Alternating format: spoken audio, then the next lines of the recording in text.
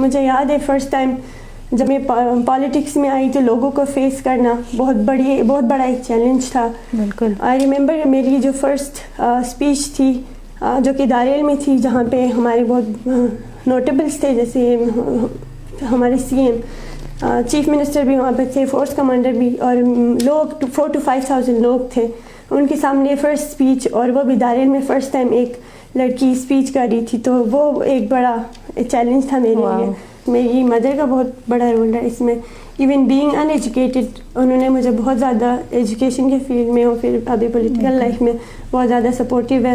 اس کے بعد میرے فادر کا بہت بڑا سپورٹ, جو اگر وہ مجھے نہیں پڑھاتے تو میں آج یہاں پہ نہیں ہوتی. مجھے پولیٹیکلی انہوں نے بہت زیادہ سپورٹ. میری یہی کوشش ہے, میں چاہتی ہوں کہ میں ایک ایسا پروپوزل لے کے آؤں جس کے تھرو میں یہ جو فیمیلز ہیں ان کو چھوٹے چھوٹے بزنسز میں ان کو پروموٹ کر سکوں, فائنینشلی میں ان کو سپورٹ کر سکوں. تو میری یہی کوشش ہے کہ میں ان کو فائنینشلی امپاور کروں تھرو ایسا پروپوزل جو کہ یہ جو فیمیلز گھر پہ بیٹھ کے اپنی چھوٹی چھوٹی کرافٹس ہوتے ہیں ان کے ہینڈ کرافٹ. بالکل.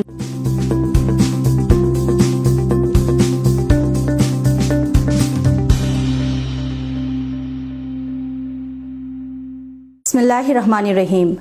السلام علیکم ناظرین. IBEX میڈیا نیٹ ورک کے پروگرام روشنی کے ساتھ میں ہوں آپ کی میزبان شہناز بھٹو.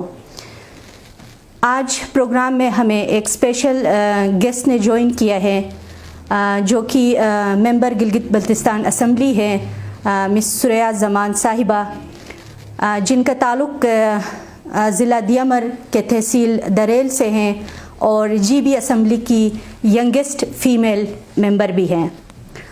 سریا, آپ کو پروگرام میں ویلکم کہتے ہیں اور بہت بہت شکریہ پروگرام میں شرکت کے لیے. Thank you. سریا, مجھے یہ بتائیں, مجھ سمیت بہت سارے لوگ یہ جاننا چاہتے ہیں کہ آپ کی بیسک ایجوکیشن اور ہائر ایجوکیشن کہاں سے اور کس طرح ہوئی ہے؟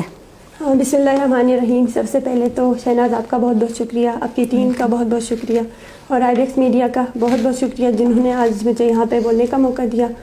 جہاں تک میری بیسک ایجوکیشن کی بات ہے, گریڈ 10 تک میں نے سعودی عربین انٹرنیشنل اسکول طائف سعودی عربیہ سے پڑھا. اس کے بعد میں نے FSc ایبٹ آباد سے کی ہے, اور اس کے بعد BS انگلش ان لنگوسٹکس پلس لٹریچر اسلام آباد میں نمل سے کی. ٹھیک ہے. سریا, آلدو آپ کا جو تعلق ہے ایک ایسے ایریے سے ہیں جہاں پہ ابھی بھی خواتین کی امپاورمنٹ اور women participation in any kind of decision making, اور جہاں پہ گرلس ایجوکیشن کی ابھی بھی اپوز کیا جاتا ہے, تو اس سچویشن میں بھی آپ کو سیاست میں آنے کا شوق اچانک آیا یا پھر بچپن سے ہی آپ سیاست میں اور اپنے علاقے کے مسائل میں دلچسپی رکھتی تھی؟ بیسکلی میری جو فیملی ہے وہ, میرا جو ایک بیک گراؤنڈ ہے پولیٹیکل بیک گراؤنڈ ہے. میری فیملی بہت سالوں سے پالیٹکس میں ہے. پہلے میرے دادا پالیٹکس میں تھے, پھر میرے چاچو, اس کے بعد بابا نے 2015 میں الیکشنز بھی لڑے, اور پھر 2020 میں سچویشن ایسی تھی جس میں پارٹی نے یہ ڈیسائیڈ کیا, PTI, کہ اب ہائر آفیشلز نے یہ ڈیسائیڈ کیا کہ میں as a female member, as a reserve seat میری سلیکشن ہوئی, اور میں اس معاملے میں علی امین گنڈاپور, ہمارے پرائم منسٹر عمران خان, ہمارے CM کی مشکور ہوں جنہوں نے مجھے یہ موقع دیا کہ میں گلگت بلتستان میں اپنی خدمات سر انجام دے سکوں. جی, جب آپ کو ممبر اسمبلی بننے کی خبر ملی تو آپ کی کیا فیلنگز تھی؟ مجھے تو یقین نہیں ہو رہا تھا جب تک میں نے جب تک اوتھ ٹیکنگ سرمنی میں نے پارٹیسپیٹ نہیں کیا, جب تک اوتھ نہیں لیا, تب تک یقین نہیں ہو رہا تھا that I have become member of Gilgit Baltistan assembly. Right. ضلع دیامر پرٹیکولرلی تانگیر اور دریل کی ہم بات کرتے ہیں, وہاں پہ صحت اور ایجوکیشن کے بیسک فیسلٹیز نہ ہونے کے برابر ہے. کیا وجوہات ہو سکتے ہیں؟ اگر آپ دیکھیں ہماری ایجوکیشن سسٹم کو تو یہ تو بہت زیادہ لیک کر رہا ہے, بہت پیچھے ہے. صحت میں بھی وہی حال ہے. تو یہ اس کے ذمہ دار بہت سارے لوگ ہیں. ایک تو پریویس جو گورنمنٹ تھی, اس کے بعد پریویس جو ہمارے ممبرس تھے انہوں نے اس چیز پہ فوکس نہیں کیا بالکل بھی. تعلیم اور صحت کے سیکٹر کو بہت پیچھے چھوڑا ہوا ہے, اس پہ فوکس بالکل بھی نہیں تھا. دوسری چیزوں پہ ان لوگوں نے زیادہ فوکس کیا, اور ایجوکیشن ان کی بیسک نیڈ ہوتی ہے, اور پھر آف کورس ہیلتھ, پر اس چیز پہ ان لوگوں نے فوکس نہیں کیا. پھر اویئرنیس کی بھی کمی تھی ہماری عوام میں یہ اویئرنیس کی کمی تھی کہ وہ اپنی رائٹس کے لیے آگے بڑھ کے ان ممبر سے اپنی رائٹس نہیں مانگ سکتے تھے, آگے آ کے فورمز پہ اپنی رائٹس کے لیے نہیں بول سکتے تھے.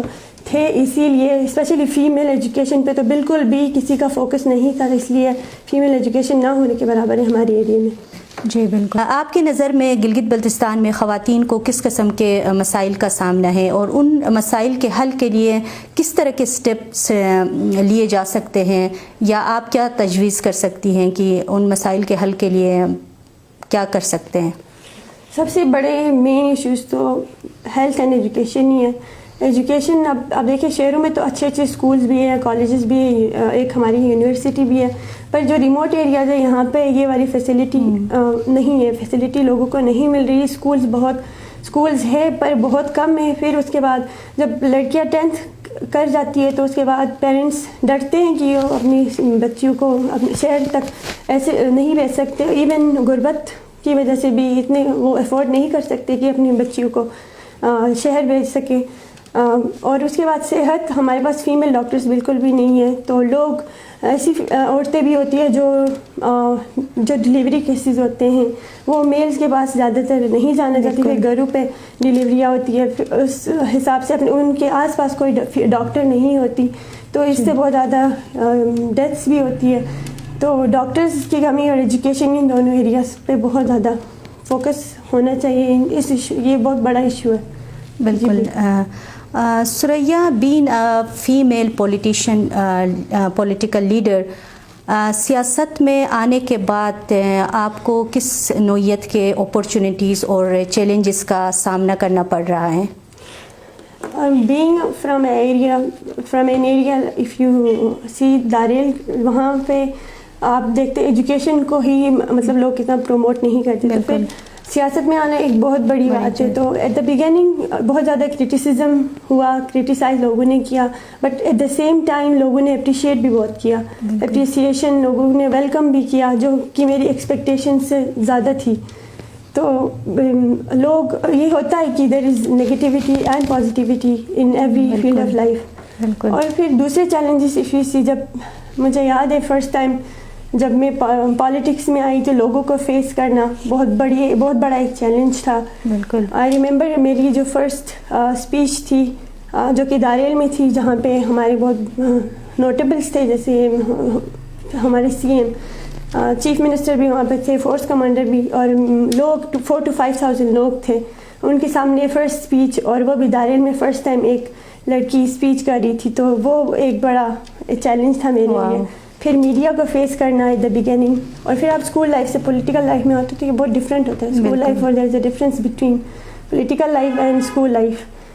کالج لائف یا جو آپ کی ایجوکیشنل لائف ہوتی ہے اس میں اور پولیٹیکل لائف میں بہت بڑا ڈفرینس ہوتا ہے. تو پھر چیلنج, بہت بڑا چیلنج تھا یہ بھی. بالکل. سریا, آپ چیلنجز تو ہر انسان کی زندگی میں آتے ہیں, but you are a role model for many women of Gilgit Baltistan اور اینی ادر ریموٹ ایریاز.